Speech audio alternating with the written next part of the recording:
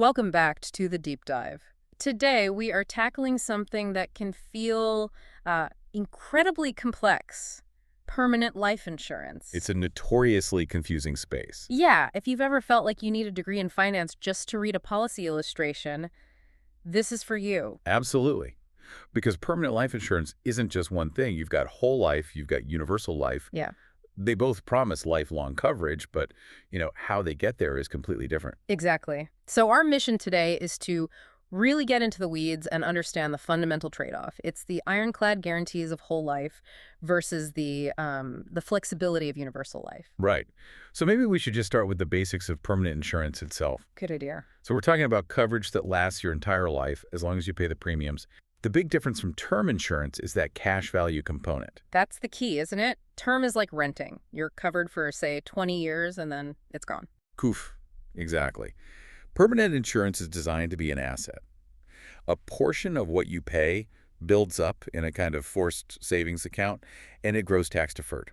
Okay, so let's unpack the two most common types, starting with the traditional one, whole life. Whole life. The word to remember here, and we really can't say it enough, is guarantee. Okay.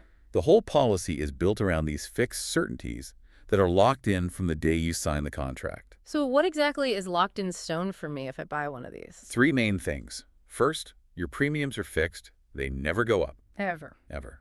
Second, your death benefit is guaranteed. And third, the growth of your cash value is also guaranteed. Okay, wait, let's stick with that last one for a second. Oh. How can cash value growth be guaranteed when, the market is all over the place? That's a great question. The insurance company takes your premium and they split it. Part of it covers the actual cost of the insurance. Right, the mortality cost. Exactly. And the rest goes into that cash value account. The growth comes from a fixed interest rate that's written right into the contract. The insurer invests very conservatively to make sure they can meet that promise. So if that growth is guaranteed, what are these dividends I always hear about with whole life? Are they just a bonus? They are entirely a bonus. The guaranteed rate is your baseline, but dividends get paid out if the insurance company has a better than expected year. Maybe their investments did well or their costs were lower. I see. So if there's a surplus, they might share it with the policyholders. Correct. And you can take those dividends in cash, use them to lower your premiums, or even buy more coverage. That makes a lot of sense. But I'm guessing all this certainty, all these guarantees, it must come at a price. It absolutely does. Whole life policies have the highest premiums. You're basically paying more when you're younger to pre-fund the much higher cost of insurance when you're older. So you're paying for peace of mind, for not having to worry about it. That's the trade-off, yes. And accessing that cash. If I have, say, $50,000 in cash value, can I just take it out? You can, but it's usually done through a policy loan. You're not actually withdrawing your money. Okay, so how does that work? You're borrowing from the insurance company, and your cash value is the collateral.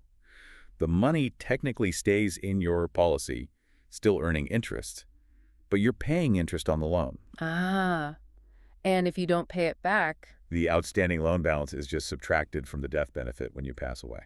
got it. Okay, that's a really clear picture of whole life. Let's pivot now to its sibling, universal life.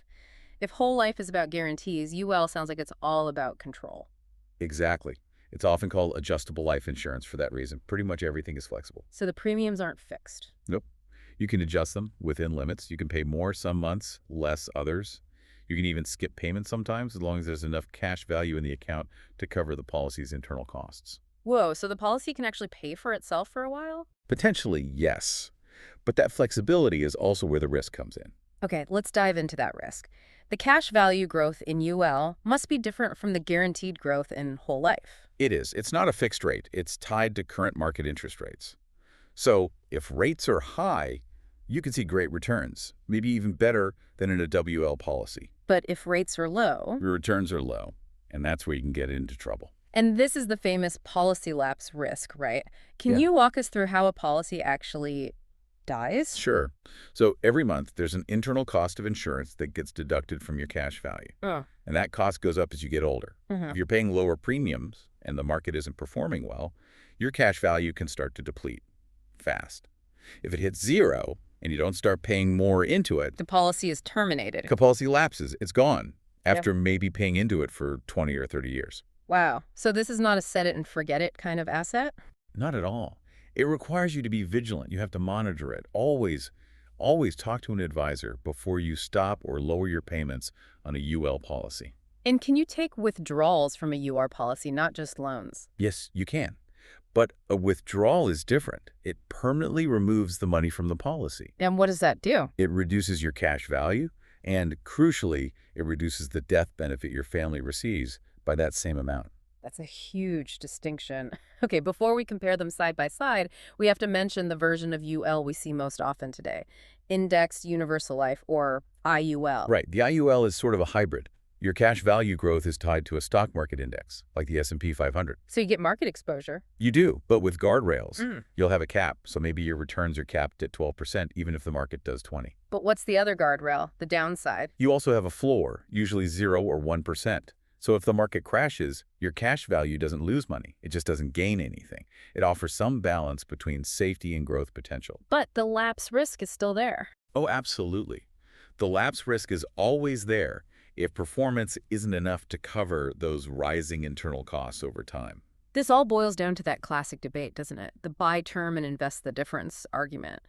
Is the certainty of whole life really worth the higher cost? That is the eternal debate. Mm. With WL, you're paying for a guarantee. You're paying for simplicity and peace of mind. For some people, that's worth every penny. And for others, For others who have a higher risk tolerance, who are willing to manage an asset, they might prefer the flexibility of UL or, just doing it themselves with term in a brokerage account. okay, let's summarize this. It really comes down to guarantees versus flexibility. That's the core of it. So premiums. Whole life is fixed and higher.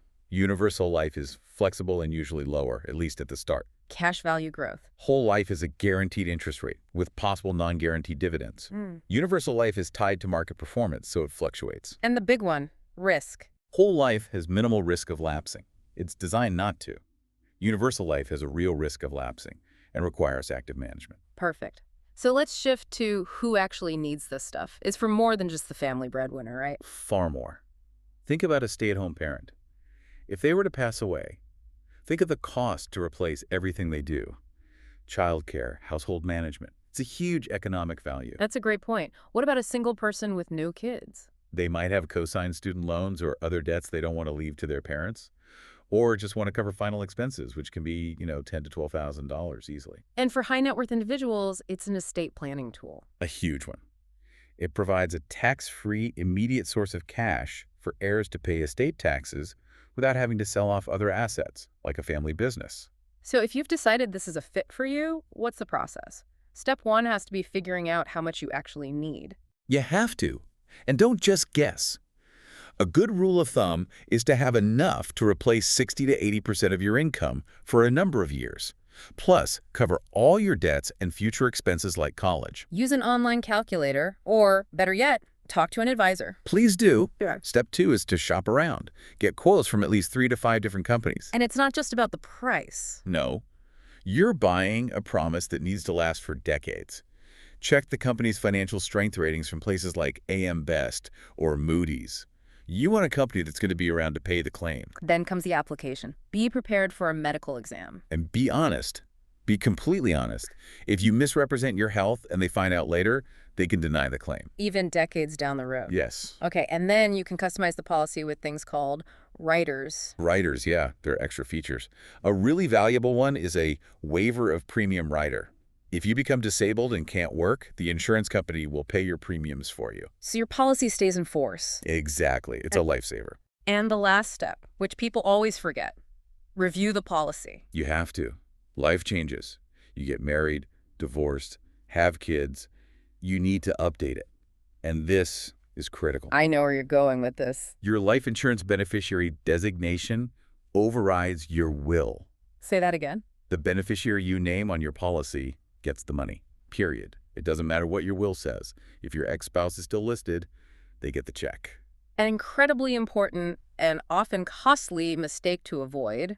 So at the end of the day, what does this all mean for you, the listener? It really comes down to your financial personality. Yeah. If you want guaranteed peace of mind and you don't want another thing to manage, Whole life is built for you. But if you want lower initial costs and the ability to adjust things as you go, and you're willing to monitor it, Then universal life might be a better fit. and let's not forget the big tax benefits. The death benefit is almost always income tax-free. And the cash value grows tax deferred, which is a powerful wealth building tool over a long period of time. So the best time to buy is always when you're young and healthy. Always, you lock in the lowest possible cost for the rest of your life. And here's the final thought we want to leave you with, and it really gets to the core value of insurance. Think about the speed of liquidity. That's a great point.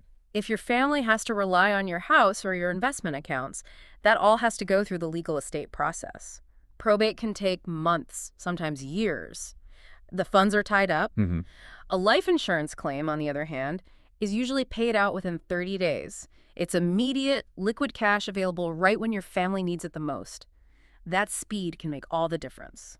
It's something to think about as you plan your own legacy. We really hope this deep dive has helped clear some of the fog